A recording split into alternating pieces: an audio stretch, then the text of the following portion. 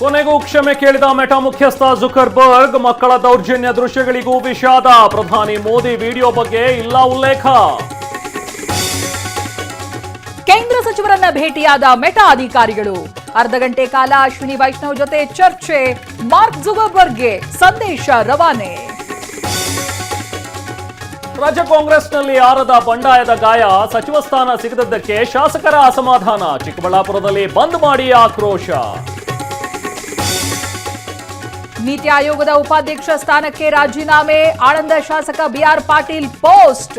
ಬೇರೆಡೆ ಆಸನ ಕೋರಿ ಸ್ಪೀಕರ್ಗೆ ಜಯಚಂದ್ರ ಪತ್ರ. ಕುಮಾರಸ್ವಾಮಿಯೇ ಮೇಲೂ ಕರೆದು ಮಂತ್ರಿ ಮಾಡಿದ್ರು. ಗುಬ್ಬಿ ಶ್ರೀನಿವಾಸ್ ಬೇಸರ. ಬಿಜೆಪಿಗೆ ಹೋಗ್ತಿದ್ರೆ ಸಚಿವನಾಗ್ತಿದ್ದೆ ಅಂತ ಸುಬ್ಬಾರೆಡ್ಡಿ ಹೇಳಿದ್ರು.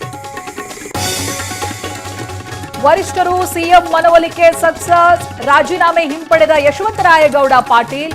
ಬೇಳೂರು ಸಂಧಾನ ಬಹುತೇಕ ಸಕ್ಸಸ್.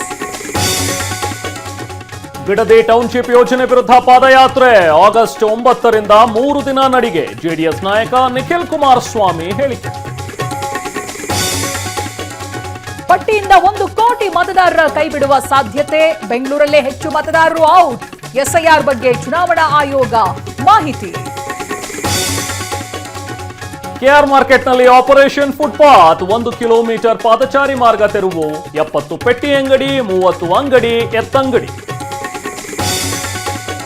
ಬೆಂಗಳೂರಲ್ಲಿ ಸಿಡಿದೆದ್ದ ಆಟೋ, ಕ್ಯಾಬ್ ಚಾಲಕರು. ಅನಧಿಕೃತ ಬೈಕ್ ಟ್ಯಾಕ್ಸಿಗಳಿಗೆ ಬ್ರೇಕ್ ಹಾಕಲು ಪಟ್ಟು.